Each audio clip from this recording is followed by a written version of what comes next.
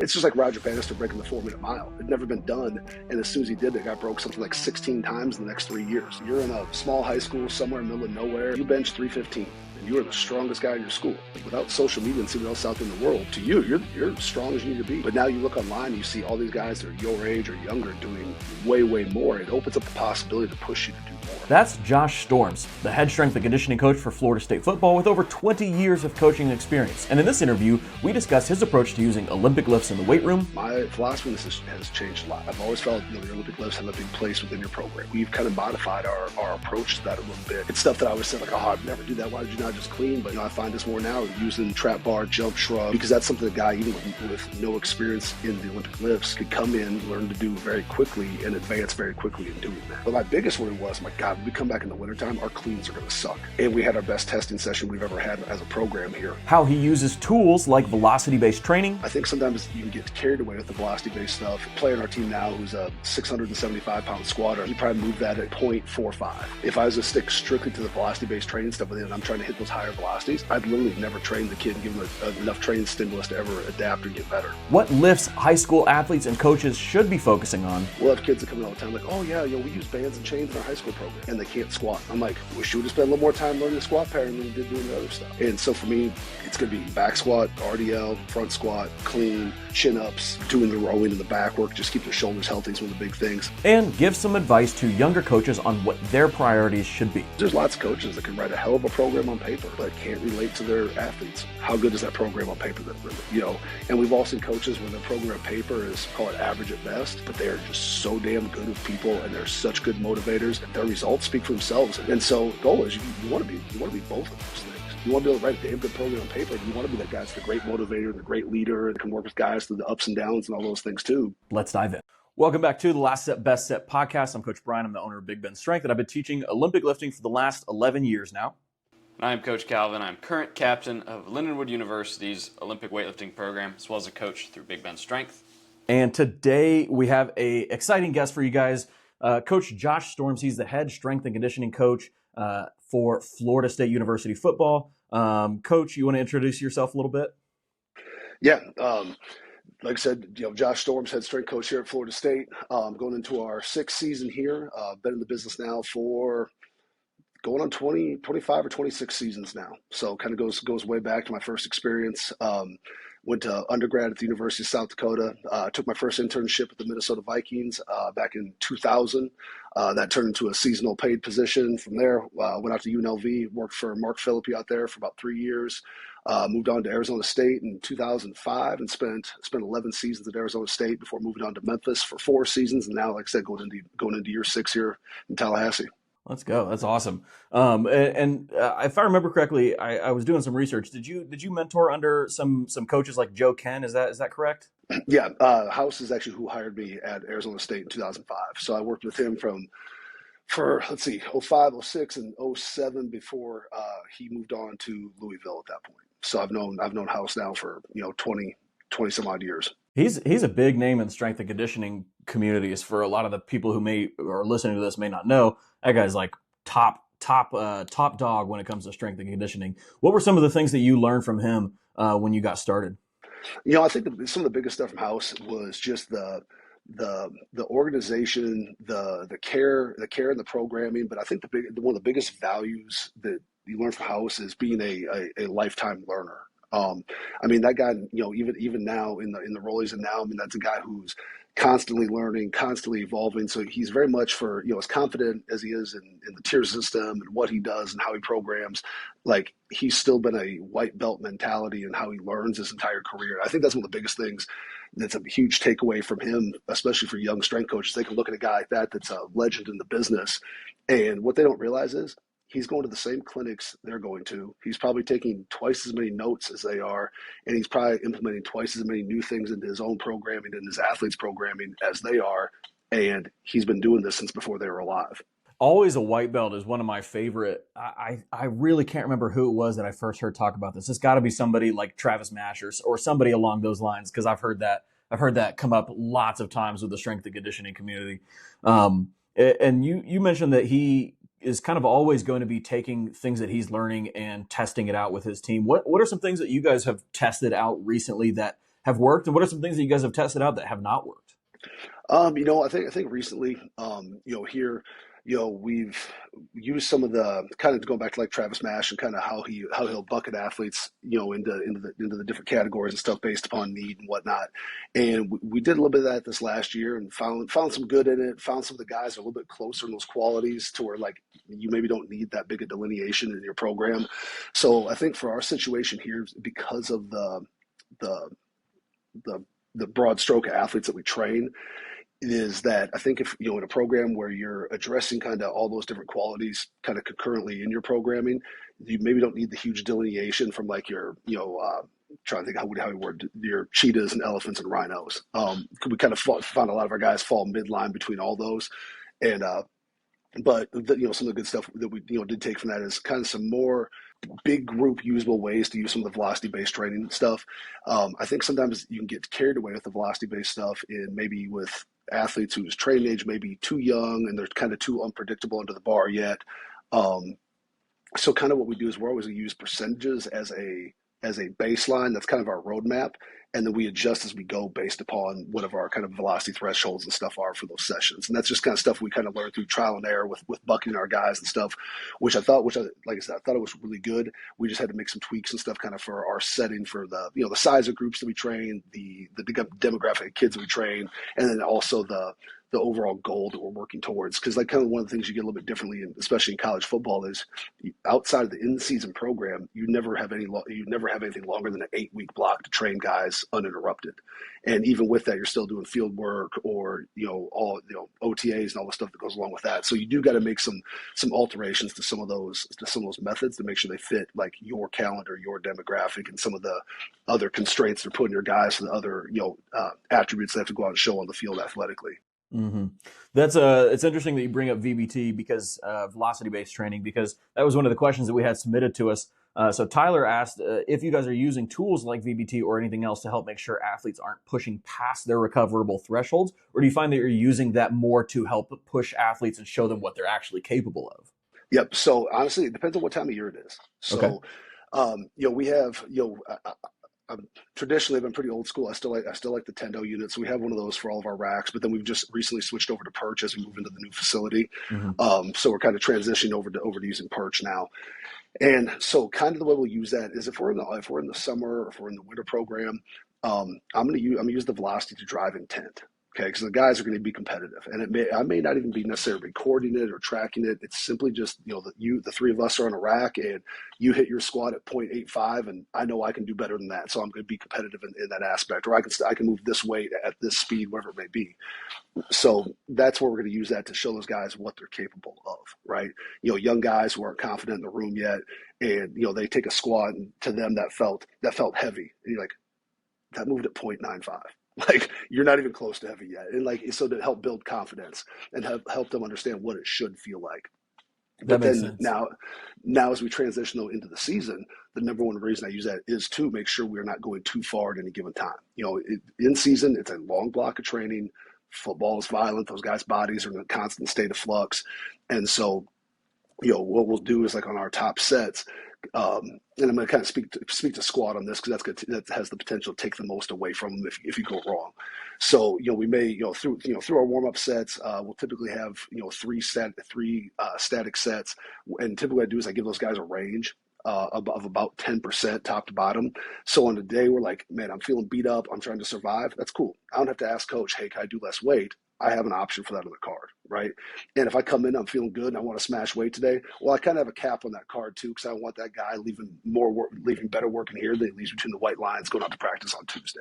And so it kind of keeps a cap on those guys that come in and want to smash weight, kind of that meathead mentality, kind of helps keep those guys on the rails a little bit too. And so then after those static work sets, we'll typically hit 2 to 3 singles. They'll just kind of ascend up. And then what I'll do is I'll track the speed on those singles. And one, depending how fast it is, lets me know if I'm comfortable with that guy taking his next one. And then kind of what we'll do is we record it each week. Whatever that last single is, we'll record the speed on that. And then I can kind of go back globally and look. And if I can kind of look across the board at the team, like, as a whole, man, we're moving this pretty good. Then I feel good about taking that next progression the following week as we bump up the percentage. Whereas, I could see it where like, man, that should not have moved that slow. Like, we might have to, whether it be practice load or training load or where it might be, we have to pull back a little bit, maybe take a smaller step up, or maybe even run that week back, put those guys in a better position to move the way they need to move to go out and perform on Saturdays. And then even though I'm looking at globally, I may catch some outliers where, maybe the team as a whole is maybe moving that last set at, call it, I'm just throwing numbers out, 0.75. And I see a guy whose last set moved at 0.4. I'm like, whoa, okay. Is that guy beat up and tired? Did he overshoot it a little bit? Do we need to back off of that guy? Do I need to adjust the max? Just like I may find a guy who took the peak weight of his last set and hits 0.95. Well, that's a guy like training well in season. I probably have to adjust his maxes up to represent more where he's at currently. And so that's kind of where I'll use those numbers at in season. I went to a presentation this summer at NSCA National Conference, and it was all about velocity-based training. And it was a little more geared at like actual, practicing strength and conditioning coaches at the college level. So they talked a lot about the different kinds of units and stuff. But what I took most from it was kind of the zones they had identified. And first, it's probably important to distinguish between the average velocity, on a Tendo or on a velocity tracker, and then the peak velocity, because those numbers are going to tell you different things. I'll throw out kind of the numbers that they gave, and then what kinds of zones those represented. So they were talking about around 0.3 average velocity, 0.3 meters per second, being max strength. That's what they saw as max strength. In line with that, yeah. And then 0.5 would be kind of more that strength hypertrophy, 0.5 average velocity. And then 1.0 peak velocity is more power-based movements. So what do you guys use? Do you have any, or is it more of an eye test? Yeah, I mean, honestly, it's a little bit of both. I mean, because the thing is, you can look at the numbers on paper and you can say, hey, this zone is this. And it's probably pretty accurate, right? I mean, there's been plenty of research done on by coaches that are a hell of a lot smarter than I am. But then you're also going to have your guys where, we have, a player on our team now who's a 675-pound squatter, and he probably moved that at, call it 0.45, right? That same guy, if I put 275 on the bar, is probably going to move it at 0.5. You know what I mean? Like that, he's like a forklift. He's going to move at one speed regardless of what's in the bar. So you're always going to find some outliers like that. You're going to find some guys that are super, super twitchy.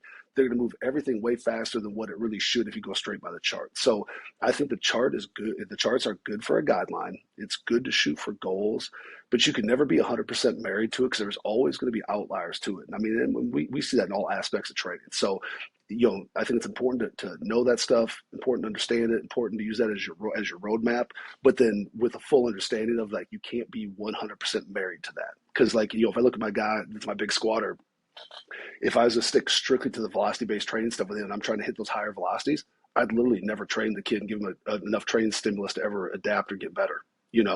And so he's a guy who he can benefit as we get into more of our dynamic effort type work. He's a guy that can benefit from putting a little more focus into that. But at the end of the day, if I was sticking strictly to what the perch says or what the Tendo says, I'd never load the kid past 40% of his max and still expect him to go out and block 3 techniques on Saturday. So you do got to be willing to deviate from the plan a little bit with certain guys.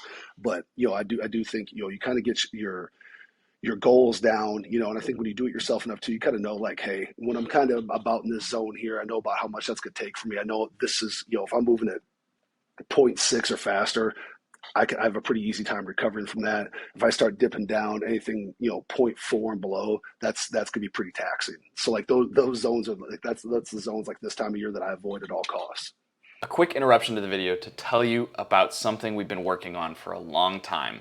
The 10-week squat program. One of the reasons I've been able to make progress in my Olympic lifts so quickly is through my strength reserve. As an 88 kilo lifter, I've back squatted 230 kilos or over 500 pounds. While we don't compete in the squat, having an excess of squat strength allows me to get in more training in the Olympic lifts as they don't fatigue me as much. And of course, if you can't squat a weight, you're never gonna be able to clean it. So if you feel like the squat is what's holding you back, be sure to use code LASTSETPOD, all uppercase, at checkout to get a 20% discount on your program today. Yeah, the danger zones kind of. Yeah, so I'll kind of talk too a little bit because here's a little bit how I view velocity-based training kind of for weightlifting, and I want to see how it compares to football. So, and I think football and weightlifting are almost a little similar in that the ability to grind through a rep isn't very important. So in powerlifting, for instance, squat, bench, deadlift, that ability to really grind and do a rep for 3 or 4 or 5 seconds is probably pretty important to make those lifts. But in weightlifting, it's a lot more about producing that force quickly, getting under the bar, of course. And so it's less important to be able to grind out a super heavy, grindy, slow squat. And it also is going to take away a lot from probably your training in the days after. So I guess the application you talk about a lot, you've already mentioned, is getting these guys ready for Saturday, getting them ready for their games, for their practices, and keeping them, fresh, right? So when it comes to building strength, do you think you have to get into that grindy zone sometimes, or do you see a lot of gains in your guys, even in that middle zone? Yeah, bad answer, but all of the above. You know, I, some of it depends on position.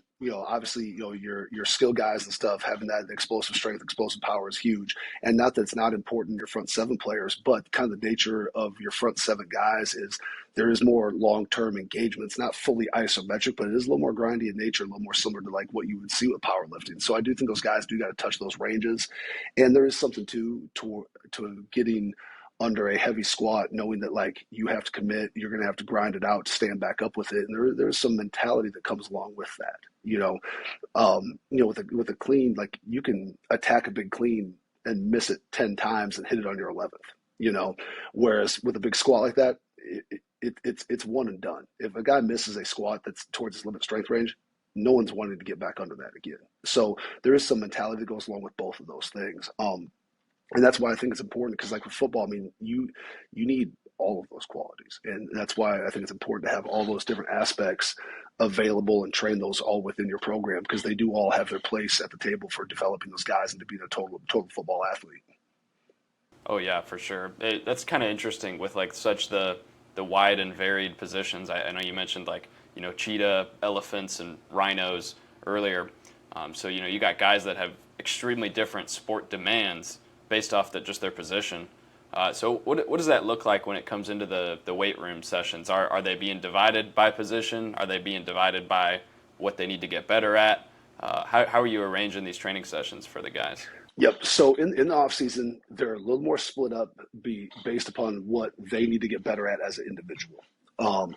During the season, it's split up a little bit more beyond need of position, body type, those type of things. And so with that, with our skill guys, because I mean, the amount of yardage they're going to cover at practice every day, the velocity they got to run at, all those things, their volume, especially their lower body stuff, is going to be considerably lower this time of year, because for those guys, strength, speed, power is a premium, whereas your big guys inside, those guys are going to stay a little bit heavier, a little bit deeper into the season. They're going to carry a little more volume, a little bit deeper into the season, because strength is going to be your number one priority once you get to those interior line positions. Not that those guys don't need the explosiveness; they're still going to train those things, but you do need some delineation based upon where those guys are at. We talk about it all the time. I mean, you might sit in the locker room, put the same uniform on, but if I'm our starting left tackle and you're a starting corner, like as soon as we cross the white line, we're playing two totally different games, two totally different demands placed upon our body to be excellent at our position. So to me, when we look at training all the time, like it's called training for a reason, right? So you're training to go do a job. And so if the training doesn't look like the job to some degree or meet the needs of the job to some degree, you're not going to be very prepared to go do your job. So we always want to make sure with our guys, like the training looks like, feels like whatever that job may be. One thing that I'm curious about with that, we see people talk about maybe sport specific strength and conditioning a lot, and that kind of turns into this waste of a training session a lot of the time, where you see people doing ridiculous stuff like throwing, mimicking throwing with a cable system or something along those lines. Where's the balance between sport specific strength and conditioning and strength and conditioning that prepares you for your sport? Yeah. And yeah, I think we can all agree on that. The only thing specific to the sport is the sport itself, because that's what the word specific means, right? But when we look at that, it's more so based upon needs. Like, if you're looking at your different positions across the field, we look at first, like, what's the most common area of injury at each position, right? You know, your wide receivers, you're always going to be looking at hamstring health. Your DBs, you're always looking at hip and groin health. With your interior linemen, you're always looking at low back and shoulder health. Like, you know, with your quarterback, obviously the shoulder care, you know, the throwing care becomes a consideration. So you kind of got to look across the board like that. And to me, that's where it becomes, you know, quote unquote specific. And then by specific, I mean simply just putting a little more care, a little more time into those most commonly injured areas, right? And then as far as the performance end of it goes, once again, you know, what do your O linemen, D linemen got to be? They have to be big. They got to be strong. They got to be agile for their size. Those things. Your wide receivers, DBs, they got to be able to hit those top velocities and go out and fly. And so, you know, your specificity as you get into that stuff is making sure the training looks and feels like the job. You know, a lot of that stuff comes to the field work and the conditioning. The weight room is probably the most general area in which we train, outside of really and truly just volume considerations. A little bit of intensity differences depending on the time of year.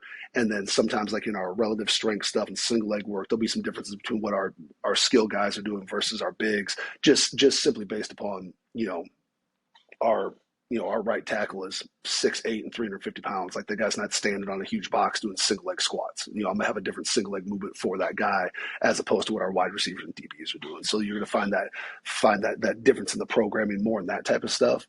But at the end of the day, when it comes to the core foundational stuff, it's gonna be pretty similar. It might be loaded a little bit different, or we might be shooting for some different ranges of velocity and whatnot, but like the core movements will still be the core movements across the board, because the weight room is the most general place an athlete's going to train, regardless of what their sport or what their position is. This is obviously an argument that gets thrown around quite a bit in strength and conditioning about what place the Olympic lifts have in the training program of athletes, field sport athletes, team sport athletes. You'll see some people, some very successful strength coaches that take positions on both sides. Do you want to riff on that a little? Yeah, and well, I'll tell you what. So my philosophy on this has changed a lot. I've always felt, you know, the Olympic lifts have a big place within your program. Okay, and even at that time, there's still going to be a difference between the technique of someone who's competing in Olympic lifting versus an athlete using an Olympic lift to build a quality, right? And so, like, some of the stuff, like, you know, in our cleans, like traditionally, like, we don't full catch a clean, because that's just you know, if you want to just look at it from a very simple standpoint, that's a position you never want to see those guys get on the field. To me, it's more important for those guys to be able to stop an eccentric load and reverse it. So we'll catch all of our cleans more in a higher power position. So those guys have to be able to have the ability to put the brakes on, stop that load, and get back out of it, because that's a little more similar to what they're going to do on the field. And so, like I said, all those lifts have always had a very important place. Now, over the last couple of years, though, the way college athletics, especially college football, has changed. Okay, I don't get guys for 3, 4, 5 years of development anymore. You know, we get a lot of guys that come in and they have one season. So if you know, your guy comes in January, you know, I'm going to have you for less than a year of your career. If you did not Olympic lift at your prior school you're at, the chances of me taking the time to teach you to do those things when you only have a very, very limited amount of time to go achieve a massive goal is probably counterproductive. You know what I mean? I can take that amount of time and teach that guy to be a good cleaner, most likely. But as he's learning, am I really loading him enough to create a training response? Probably not, because he's just learning. He's a complete novice. Okay. Well, by the time he gets it, we're already maybe midway through his time he's going to spend here, period. And by that time, we're in season. So now we're backing down on those things anyways, right? And so for some of those guys that don't have a background in it, I think you got to be well versed enough at your job to try to find different ways to accomplish some of those things. And so with the Olympic lifting stuff in general, we've kind of modified our approach to that a little bit over the last couple of years, just based upon not getting the length of time and development with those guys. And so, like, it's stuff that I always said, like, oh, I'd never do that. Why would you not just clean? But, you know, I find this more now, you know, using more like, you know, a trap bar, jump, shrug, or, you know, shrug pull, whatever you prefer to call it, having them stick and stop that eccentric landing, kind of like we'd like to replicate when we catch a clean, because that's something a guy, even with no experience in the Olympic lifts, could come in, learn to do very quickly, and advance very quickly in doing that.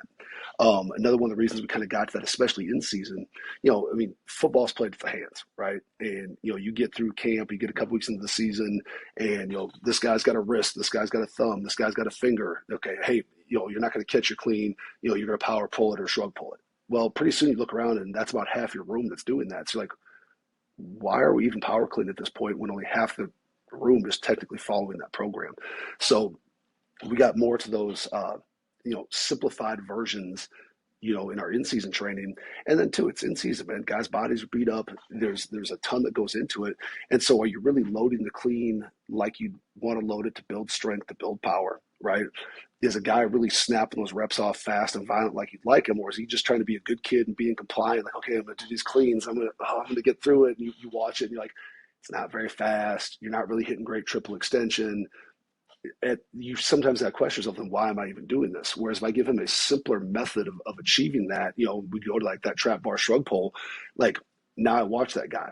He's hitting great triple extension. It is fast. It's easier for him to do. Well, at the end of the day, why was I doing the clean in the first place?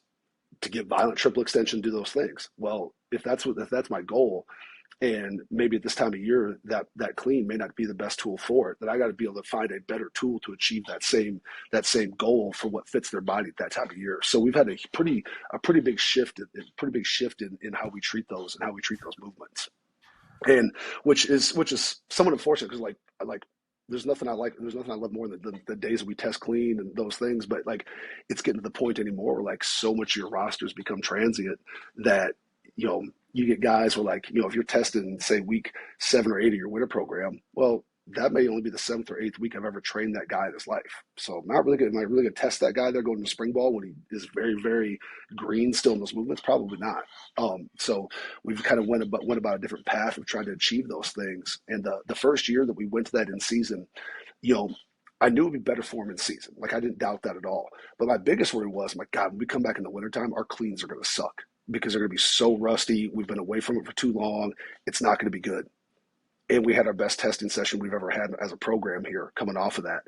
And I go back and look at the reason why was we spent all that time in season of those guys still being able to load that triple extension pattern heavy, be able to move the weight violently, be able to actually achieve good triple extension.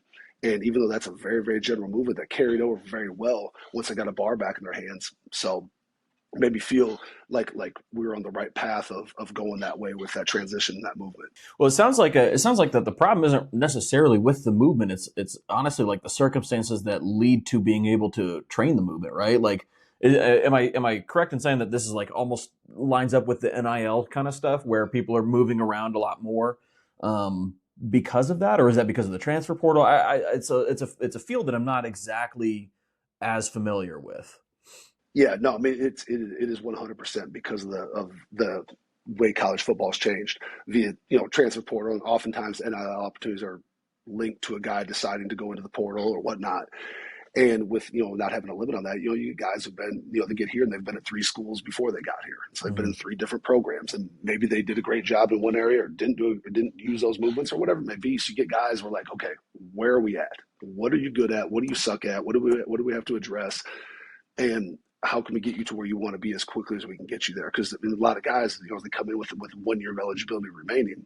Well, I mean, that guy's got basically an 8-week winter program, train 5 weeks through spring ball, a little bit of discretionary time in May, an 8-week summer program, and then we're in season. He's playing his last year of college football. So the time to get him there, it goes quick. That's a nightmare. Yeah, no, it is for sure, but it's the nature of it. So you have to adapt, though, right? Yeah. And like I said, that's part of the reason why we've had some of the departure and some of those more technical movements is because of that reason, because you just flat out don't have the time to achieve enough mastery of the movement to truly, truly use that as a powerful tool to build strength and power, because you're still learning how to do it. And you're 100% right. There's definitely not a problem with the movement. The movements are incredible.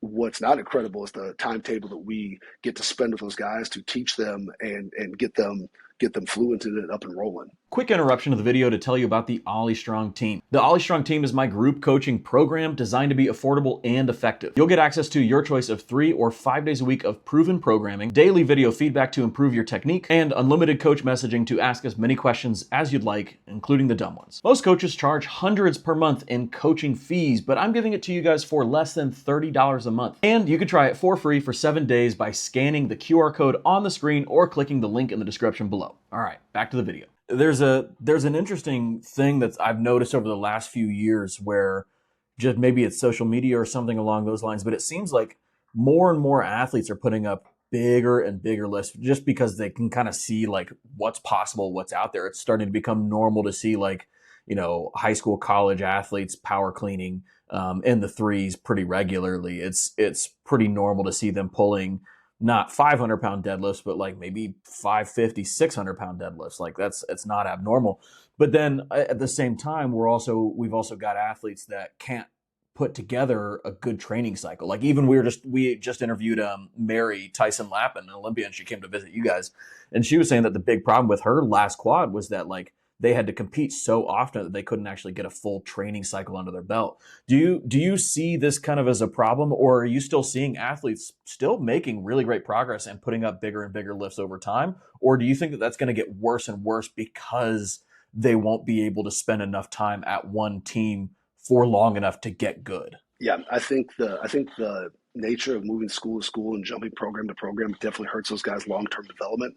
And I talk to a lot of my close friends who are in the NFL, and they talk about how the physical qualities of the rookies coming to the NFL has deteriorated so much because guys just haven't had time truly to develop in one program over time. And then I think too, like I think the social media thing is real because let's say you're in a small high school somewhere in the middle of nowhere, and you bench 315, and you are the strongest guy in your school. Well, without social media and seeing what else is out there in the world, to you, you're as strong as you need to be. You're strong. But now you look online, you see all these guys that are your age or younger doing way, way more. It opens up the possibility to push you to do more. It's just like you go back, you go, back in time and all, these power lifters, and then that hit all these state records, this and that, and then they go to West Side and see what that looked like and how it pulled the level of those guys up. So I think once you see what's possible, it's just like Roger Bannister breaking the 4-minute mile. It'd never been done, and as soon as he did, it got broke something like 16 times in the next 3 years. And so I think just as humans, once you see what's possible, it opens your mind up to what you can do as well. But then we also get plenty of guys coming in who have never touched a bar until the day they came in our weight room. And these are 4 and 5 star recruits, and who have never ever trained. And some of that's because maybe the high school or background they came from. Sometimes it's just the nature of, you played football, you played basketball, you played 7-on-7 all summer. There was never a gap in time for you to train. Like my son plays travel baseball. And I look at those kids and I'm like, boy, as these kids get older, the trickiest thing is be finding time to truly train and truly develop, because that sport goes year round. It never stops, and so I think that's some of what you see too with kids coming in is that they play a lot of sports or they specialize so heavily into the one sport that there never really is an off season, and so that definitely hurts guys because just the strength levels of guys coming into college, I would say now in a lot of cases, just making generalizations, is somewhat lower than what it was when I got into this business 20 plus years ago. Now, guys are bigger, guys are more athletic, all those things, but the one thing they have not done a ton of before they get to college is training. And a lot of times for a lot of guys, training is one of the biggest hard adjustments they have to make to college, because in high school, the weight room was like, yeah, I go in there kind of whenever and do a little this, a little that. Whereas you come to college, you're like, wait, we do this every day and it never ends. Like, it's a huge shock to those guys. And it allows you to make great progress with them, but it is a massive change. And so, most of your guys now coming in, you're truly starting in the batter's box. Those guys, you don't got super developed kids coming in starting on second base, and you do find a few of those here and there, but those guys are definitely truly outliers. Kind of reminds me of some of the research that USA Swimming had put out at one point, where they talk about the best U13 and U15 athletes are almost never becoming the best senior athletes in USA Swimming. And you see it in Olympic weightlifting as well. It's a huge problem where the best youth and junior athletes very, very seldom make that jump to being the best senior athletes. So I almost see people with the bigger bases, the more experience in different sports at a young age, doing better in that sport once they get older. I actually did want to backpedal, though, a little bit, because when we were talking about kind of dynamic correspondence or just like, transferability of Olympic lifts, to the sport, to the field, I wanted to ask you kind of what you thought the qualities that, let's just go with the clean or the power clean, what qualities the power clean develops that set it apart from, for instance, just a jump shrug. Because it sounds like in your ideal word, you're using the clean. Is it because it does more things in one exercise, so it's more efficient?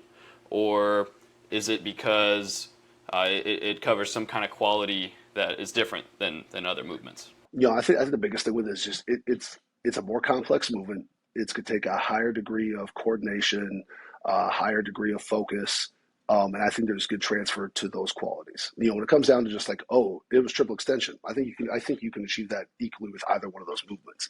But with the clean, there's a lot more going on from an athletic standpoint, which I like. But once again, that's the same reason why it is going to take a little bit longer to teach. It's going to take a little bit longer time to get a guy proficient enough in his technique to truly push that hard and develop him with it as well. Yeah, you almost see, I think, there's a bit of a correlation going on sometimes. Like, you see the most coordinated, explosive athletes doing the best cleans, but you almost don't know. Is that correlation? Is that causation? Is this because they worked on the clean so much? Sometimes, probably not. In the case of football, it's usually not because they worked on the clean so much that they got so explosive. But that's a good, indicator, I think, that maybe that's a good exercise to train for the guys that are not explosive if they want to get to that level. Would you agree? Yeah, no, I'd agree 100%. I think if you're a guy who, you have some guys, I mean, they're naturally twitched up to the hilt. And once they learn how to do that movement, they just have a natural proclivity to be really, really good at it, because you can't, I mean, those type 2 fibers, and they're going to shine with that movement. And if you're a guy where like, maybe that's not what you were gifted with, like, you can improve that area. Now, will you ever become that other guy? No, but that doesn't necessarily mean that you're not going to, let's say you're here in the first place. You're already a talented enough player to be at Florida State, right? So if I can take some of those qualities that you are deficient in and make them any better at all, you should see a huge carryover to who you are as an athlete, how you move, especially, you look at that with your younger athletes, your high school athletes is the same thing. You might not have been gifted with the ability to be as twitchy as some of those guys, but like, can you train that? Can you improve that? Yes. If you can train that, you can improve that. Well, then you as an athlete are getting better. With any high school athletes that may be listening, or maybe high school coaches, if you had the ability to just kind of tell them exactly what they should be doing if they wanted to have a high level of success when they come into your weight room, what are the exercises that you want them really, really good at? Not just technique-wise, but like proficient in as far as the weights that they're moving. What are the ones that you're looking for? It is the basics. I think that's where, and there's so many really, really, really good high school strength coaches out there. There's also a lot of coaches, and this isn't just high school, it's everywhere, but everybody, reads articles and reads research and goes to clinics and learns all this stuff, and they want to go back and unleash all this knowledge on their athletes. And to me, there's always a big difference between, can this kid do this? Does this kid need to do this? We'll have kids that come in all the time like, oh yeah, we use bands and chains in our high school program, and they can't squat.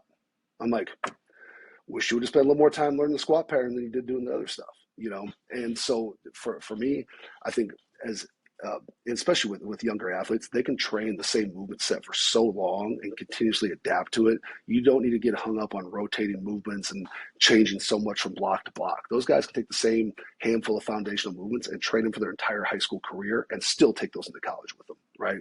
And so for me, it's going to be back squat, RDL, front squat, clean, your relative strength stuff like your, chin ups, glute hams or Nordic hamstring. Every kid's going to bench probably, so I don't get too hung up on that. Doing the rowing and the back work, just keep their shoulders healthy is one of the big things. But honestly, it's the squatting pattern, the hinging pattern, the relative strength, and then the condition's a whole other thing that I'm not going to get into now. But that's obviously a key thing. But it's amazing the amount of guys come in like they can't do an RDL. I'm like, God, it's such a simple foundational thing that if you were in any kind of a program prior to getting here, you should be at least somewhat proficient enough to load that by now. And so it's a lot of it starting from zero with a lot of those guys. But if those guys simply just worked those things till no end all the way through their high school career, they would be very, very prepared to come in and be on a really, really good foot as they step onto a college campus. Let's go over real quick just what a week of training looks like for you guys. Maybe we could do something that's off season, and then maybe what that looks like in season. Okay, yeah. So let's see. If you want to talk off season, so we did things a little bit differently this last year because some of the rules have changed with how much you can implement like your OTA type work or your football stuff into the training. So we kind of, our split was a little bit different this last summer because of that. And typically, depending on the year, we may train on a 3-day split. We may train on a 4-day split. So kind of depends exactly what time of year it is, what the main goal is, all those things. So typically, like say in the summertime, Monday when we come in, We'll start over in the indoor facility. That's where we're doing all of our linear speed development work. We start, big time basics on that, huge series of mock drills. A lot of our work, especially early years, put into acceleration work. Because typically we'll touch our top end velocities more when we're in our football setting. So we don't have to dip into that too often in training because we're going to hit that on the following day anyways, just by the nature of what they're doing. So we've kind of gotten away from touching a lot of that peak velocity stuff in training because it's going to happen organically through football. So now if I'm doing it on both ends, now we're probably getting too much of that. So a lot of that's going to be acceleration based, and a lot of it's going to be basically running technique based. So we'll finish that session out there, come in the weight room that day. That's the day our main lift will be one of our primary Olympic lift or Olympic lift variations going to be. On that day, most of the Monday stuff is basically built around strength and power. On a 3-day split, we're always be a little bit more not a straight tier system. So probably make house skin crawl a little bit, but not straight tier system. But it's still going to be a total body approach when we come in. So the Tuesdays when we go out, that's the day. It's a big football day for us. So those guys will have their OTA session they do with the coaches. They'll have 7-on-7 that they do on their own, and then we'll live track that with the GPS to kind of figure out what our workload needs to be and kind of where we're at. We're ending those sessions, and then we'll kind of use wherever we have for conditioning to fill in that gap. Okay, so we're not over conditioning or under conditioning those guys in that day. Because it might be a deal where like, hey, we're going to run a lot of our what I consider to be like our boring kind of base level aerobic style conditioning. It's still going to be some change direction, shuttle based type stuff. And so like, let's say we're going to run, 120s, which would be like, call it, 20-yard box, down and back 3 times. And so, my plan might have been, hey, we're going to go 4 quarters of 5 reps of that today.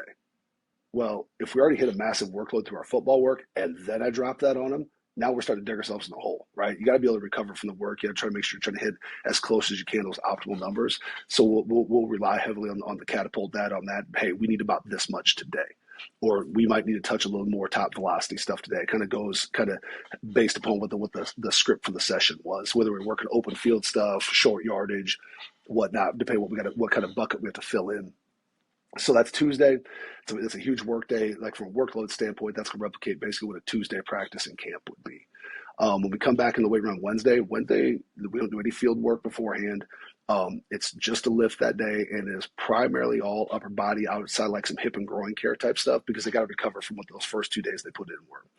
We come back on Thursday. Thursdays will look very, very, very similar to Tuesday. It's a big football day, and then we got to kind of figure out what mode we need to be in. Kind of have to have 2 separate plans for what the conditioning we need to look like on that day to fill in the gaps. And then when we come in on Friday, it kind of depends which group it is. Like our bigs will come in, they'll lift first on that day. That primary movement that day is going to be back squat. At the end of that, we'll take our bigs out to the indoor, kind of do some more, O-line, D-line based kind of GPP. Heavy work day of that. Whereas our skill guys in that day, they'll start in the indoor. We do kind of what we call 6-cone, which is kind of our position specific change of direction conditioning drill that we use. They'll get a small dose of that. They'll come inside, hit their lift, and typically at the end of the lift, we'll take them out of the stadium, hit a handful of reps in the stadium on the steps after that. And like with the stadium steps, I don't like that death march all the way to the top of the stadium every rep, because you start watching that, you're like, that's not what I want football to look like. So what we do a lot of like shorter, fast burst stuff when we work the steps. So it might be whistle to whistle, different time intervals of how far that sprint is, or a different goal of what step they're trying to get to in a certain amount of time. So we keep that fast and explosive. So that's kind of what the Monday through Friday looks like. We'll have a lot of guys will come in on Saturday doing a lot of the soft tissue work, a lot of the just taking care of their body. Some guys will want to come and get a little bit of pump on Saturday, but most times Saturday's coming in, getting the mobility, getting the recovery, doing that kind of stuff on Saturdays. As we transition all that into camp's a little bit different. Camp's a grind, right? And so what we've kind of went to, and I made the switch a long time ago. I don't know if you're familiar with like Dan John's Easy Strength program. It is kind of loosely based upon that. So I'm going to train those guys during camp. We're going to lift every single day unless it's a scrimmage day or an off day. And on any given day, that's still going to be a total body. There'll be a lower body movement. There'll be a total body movement, our upper stuff and all of our shoulder care and all that. But it's super, super, super low volume, super light dose of training. From the time you start to warm up to the time you're out the door is probably 30 minutes. It's very, very brief. And so if I'm a kid and I'm beat down from camp, I can look at my card and be like, oh, that's all I got to do today? Okay, I can do that. And so on any given day, I'm taking very little from them. But at the end of that month, we put in a really, really healthy amount of training volume over the course of that month without ever having that day where you go out to practice and they take that first walking lunge in the warm up and every kid's like, oh God, oh, and the coach looks at you like, what are you doing? Like, we avoid that. Because those guys got to be great on the field, right? And so, but we got to find a way to keep all that training present during that time of year. So as we get into our in-season programming, you don't have that big shock to the system and new adaptation from a new stimulus. As we get in the season, basically we're training 2 days a week in season. So we'll train Sundays, the day after the game, and then depending on what group, they'll either train on Tuesday or Wednesday. And then some of my younger developmental guys, they'll get a third lift in on Thursdays. And a lot of that is based upon the rules. It's based upon how many hours a week you can keep those guys on the clock and all that. So you got to be very, very efficient with the time that you get. So during the season on Sundays, we'll start those guys out outside. Very, very extended dynamic warm up. We'll run a few tempos that day, and I don't really run those for the conditioning aspect. That's basically just restoration of movement. Get this in with the volume on that. A lot of that's based upon the eye test. Like once I see those guys moving and flowing, and they're starting to look like a sprinter again compared to what their first rep of the day looked like coming off the game, I know we're pretty good to go in and train and start the day. So we'll transition inside. We actually squat that day, which I noticed like, oh my God, you got to squat the day after the game, but that's partially because Monday's the off day, so we can push that squat a little bit without worrying if a guy is sore the next day from it. Monday's a day to recover. They're not back on the practice field until Tuesday. And so that's our primary movement that day. And then with our secondary lifter in the week, that's when we'll go with our Olympic lift variation and our bench on that day, along with all the accessory work that comes along with it on the Tuesday or Wednesday, depending on the group. And then for our young guys who train Thursdays, they're going to touch some front squat that day, get in some more overhead work on that day. That's awesome. I think a lot of people are going to be surprised that you guys are training on Sundays the day after, but then also like hitting squats. But it kind of makes sense. Like if you can't really do it on Monday, and then if you want to have them do well on Tuesday where they've got practice, we can't really squat very heavy beforehand. So it really lines up. And then Wednesday, we're starting to get a little too close to game day. Like it makes sense. I was surprised, but then you sold me on it. It sounds great. Well, I think some things too, especially in college athletics, like I think sometimes people, someone might listen to this podcast and be like, oh, Coach Storm said this is the gospel way to do it. Not necessarily. There's a lot of things we have to do where we are trying to figure out how to play the hand of cards that we were dealt. Mm-hmm. For us in our program, Monday is the off day. I can't train our guys on Monday, even if I wanted to, right? And so, but we do have Sunday available. Well, I also know, like I said, if it's either pre-practice or post-practice Tuesday and I'm trying to squat those guys, well, I'm not trying to squat them before we practice. And by the end of practice, I'm not going to feel safe loading those guys like that after practice. So what day's left? It's got to be Sunday. And that just becomes a mentality thing of your team of embracing the hard things, right? Because that's part of football, that's part of life. And so if you can get a group of guys that will embrace that, attack that, and I think now our guys in the program long enough understand the reasons why we do the things we do. Like I'm not making them squat on Sundays because I'm a dick. I'm making them squat on Sundays because I'm trying to take care of them for the week. I want to try to keep that as far away from game day as possible, give them the best opportunity they can to push hard on that day, and also give them a little bit of leeway where like if that day is not the day, you have a little bit of room built in to back off a little bit if you need to. That way you can keep progressing for the future. Oh yeah, for sure. I definitely think probably keeps those guys good on the Saturday nights then too, if they know they got a nice good lift coming in on Sunday. I over here at Lindenwood, we do Saturday morning training, so our team, they're usually good boys and good girls going into Friday night because we have that morning training session.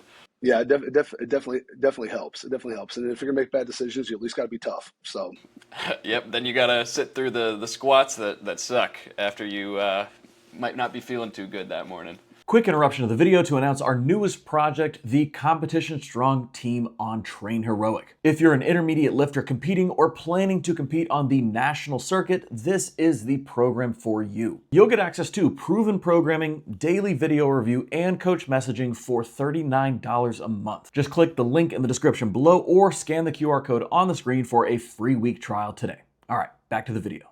One thing I'm a little curious about, I want to know, what are some things in your job that people would be surprised that you are responsible for? Like what are some aspects of your job that people would maybe be surprised to hear about?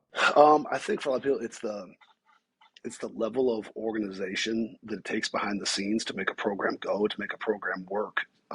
It's keeping the relationship building at the forefront, because that's how you make the program go. That's how you're going to build belief. Um, because like this time of year, like I don't know how many hours a week I'm at work. I mean, it's a lot, but at the end of the day, like I'm on the floor training the guys right now, essentially 4 or 5 hours a week, and that's it. You know, out of the whatever 50, 60 hours a week that I'm here. Um, so it's those things behind the scene. Obviously, I think everybody understands, like, you're always going to be reading, you're always going to be trying to learn, always trying to educate yourself. But simply, it's a lot of it's the management of our young coaches and our interns of mentoring those guys to help them try to be successful in the business, not just so they're useful for us in their time here, but so they're gaining the tools they need to move on in the business. I think a big thing too is the recruiting piece of it. People don't realize how much goes into that, how much time we spend with that when kids are on campus, sitting, meeting with recruits, presenting our stuff, all those types of things. The amount of time that takes throughout the year. Um, there's a lot more to the job than just coaching cleans and squats. And then, That's as guys fall into the return to play process, the completely different path that has to take to get those guys back on the field, and the team we got to surround those guys with in those phases of their career and whatnot too. that is so interesting that you say that, because that's something I've been I don't know, I'm passionate about, maybe, or just interested in, is how a lot of the time with athletes, with young coaches that I'm working with, it's not so much the actual skill set that they need to have, but it's the other things, like the keeping of a calendar, like taking notes and staying organized, and like communicating in a timely manner. Like, those are the kind of the things that, like, aren't a part of the job on paper, but they end up taking a long time. But that's really what allows you to do the rest of the job really, really well. Yeah, no, that part's huge. I mean, the other piece of it is just, especially in regards to mentoring young coaches, it's you got to learn how to interact with athletes, and you got to learn how to work in the first place. Because we'll get young guys all the time, Coach, I want to learn the program. I'm like, why? No one's ever gonna pay you to write a program until you can do all the rest of these things. Like, show me that you can show up consistently. Show me you can work your ass off. Show me that you want to learn. Show me that you care. Show me that if I have you help out on a auxiliary movement to coach it, that you can actually open your mouth and interact with the athlete and coach them. And if you've proven to me that over time, to show me that you're a guy that does have a chance to move forward, then I'll teach you as much programming as you want to learn. But until you show me that, I'm wasting my time teaching you to program when the only person you ever write a program for is yourself. So a lot of that is simply it's the people skills that go with this job.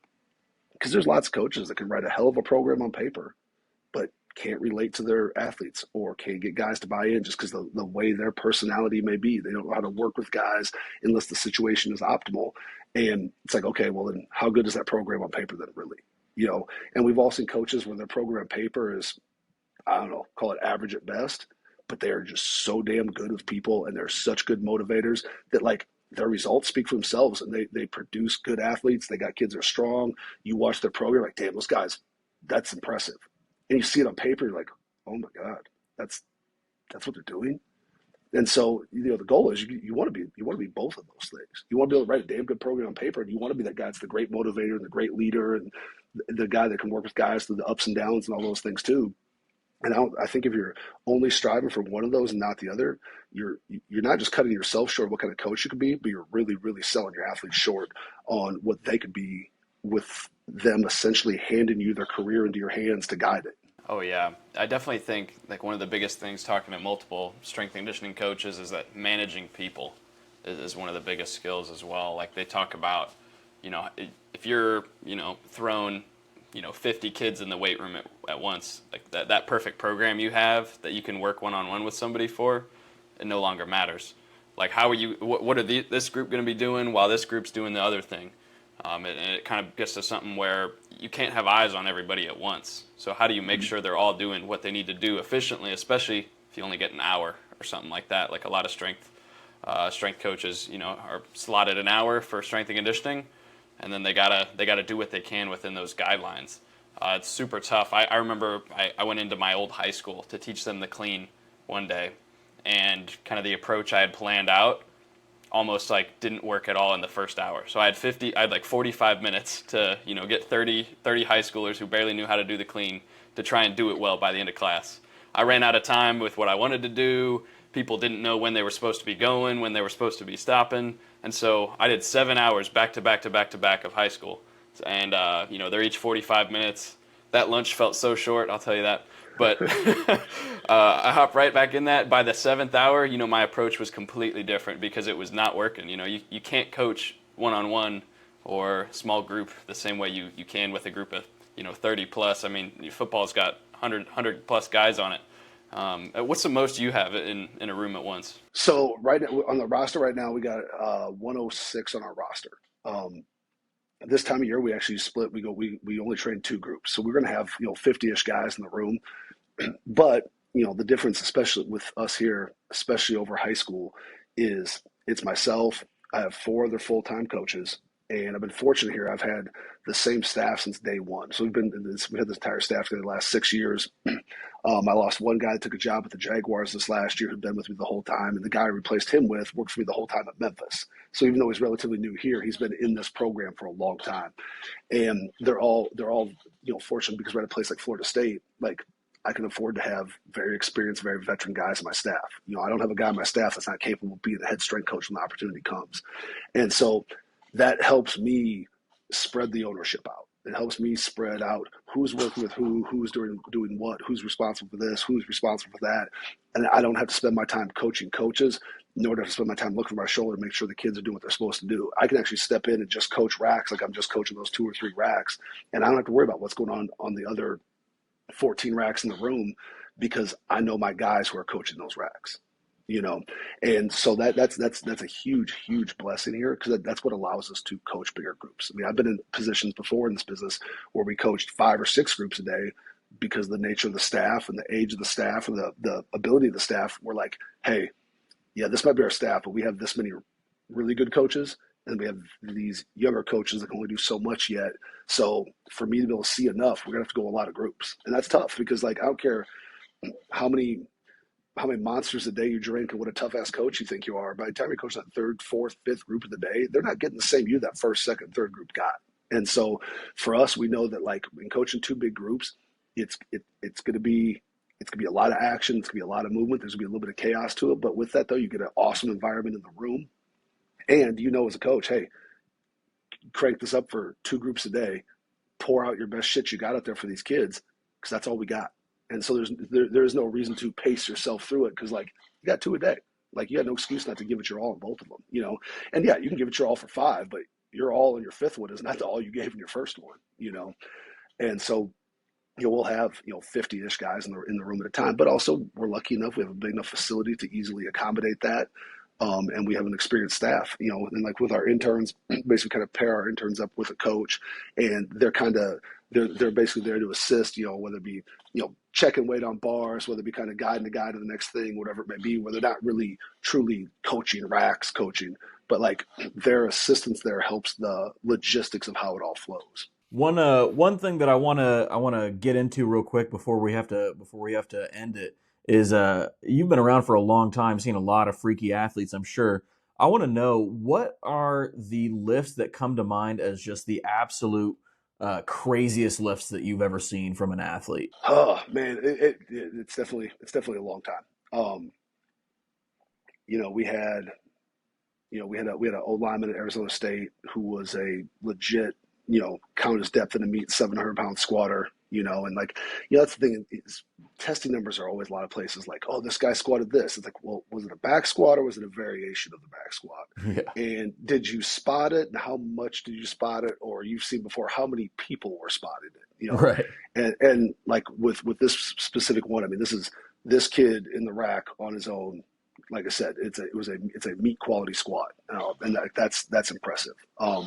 Being around track and field for so many years, you see so much freaky stuff in track and field. I mean, you're testing broad jump, and you see 6 guys in a row come up and all jump 11 feet plus. It's just it's casual. You have girls that are 100-meter sprinters that weigh 121 pounds that are squatting 365. Just so the pound for pound just off the charts. You have 325-pound throwers doing 60-inch box jumps. Like in track and field, you see some wild, wild things. And then like, in football, it's a little bit different sometimes because like you're going to have some guys obviously that are like super strong and this and that. But as a football athlete, you're asked to do a lot. It's not just how much can you clean, how much can you squat, how much can you bench. You also have to run. You also have to change direction. You also have to stay in game type condition. Well, now you're starting to cut the pieces of that pie up a little bit more. So you may not see those truly elite things in one area because those guys got to be pretty damn good in a lot of different areas. But I mean, you see, some of the guys, in the past that are, your 40 plus inch verts and just the different things those guys are just physically capable of doing.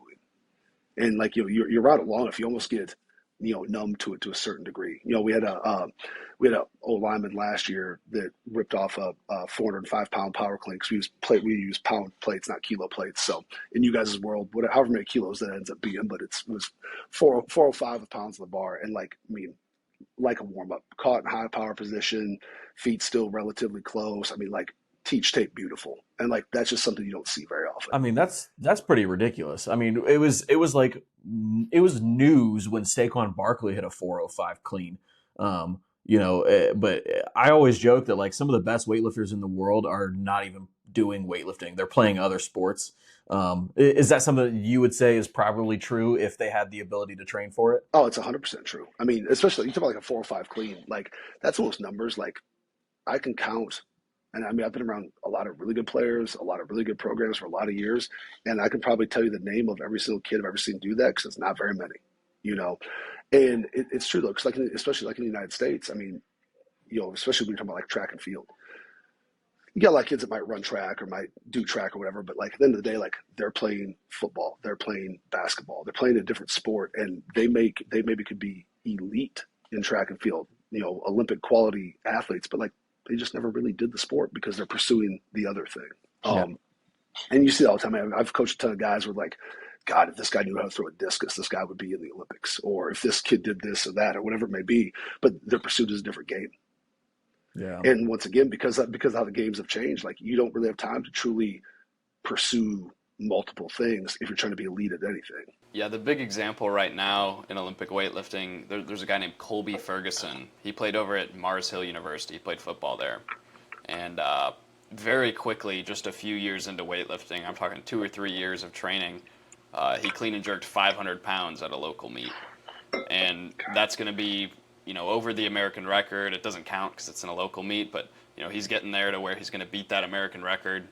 And, like, that's like a guy who, there's so many guys that are around that weight that have trained for 10 or 15 years in weightlifting and are not touching those numbers. So it's funny that, he kind of got an opportunity to push weightlifting, somehow fell near a coach that was going to teach him that stuff and had the mindset where he could, really push weightlifting hard. I bet there's so many more people like that out there. So his story is pretty cool because maybe it'll inspire some other, football players, guys end college and don't go to the pros. Pick up another lifelong sport like that. There's not another. I mean, you could do powerlifting, but there's not a lot of great options for those really strong and really powerful people to pick up another sport. Yeah, because I mean, it's true. I mean, there's truly real legitimate freaks out there, and they just haven't been exposed to that other thing that they might actually be elite at. You might have a kid who's on a college football roster somewhere who's not really a player. He's a scout team guy, so there's probably not a future in it beyond there. Whereas if he sat that down and picked up Olympic lifting or picked up powerlifting, this guy could maybe be a world champion and doesn't even know it, because they just haven't done it, haven't pursued it, have their mind on a different prize. Absolutely. So one thing that we like to do on the podcast every now and then is shout out some athletes that we think are doing a great job. Is there anybody on the team right now that you want to shout out, name them? Who's killing it in the weight room right now? Oh man, we're blessed, man. We have a great group of guys, and I always hated when, hey, name this guy or that guy, because like one, I'll be honest, I'm gonna forget about guys who are doing just as good of a job as that guy is and sell those guys short. But like the group of guys we have here is special, man. The way they approach the work, the what they pour into it, the way that they coach and push each other. one of my biggest jobs half the time is these guys get so damn competitive in here. You got to save guys from themselves. And every strength coach, that's the position you want to be in. I'd rather tell guys whoa all day than have to push guys to go. And that has definitely not been an issue that we've had on our hands. So it's a great spot to be in, man. It's like really truly been this roster top to bottom has got some really, really special kids on it. Thanks. Thank you for joining us. Calvin, where can people find you? At Calvin Lackey, 81 kg. And Coach, where can people find you? At Coach Storms on Instagram. And you guys can find me at Big Ben Strength on Instagram and everywhere else. And make sure to check out our programs linked down in the description below. We'll catch you guys next week. Bye. If you found this video helpful, then make sure to check out this video here or this episode of the Last Set, Best Set podcast.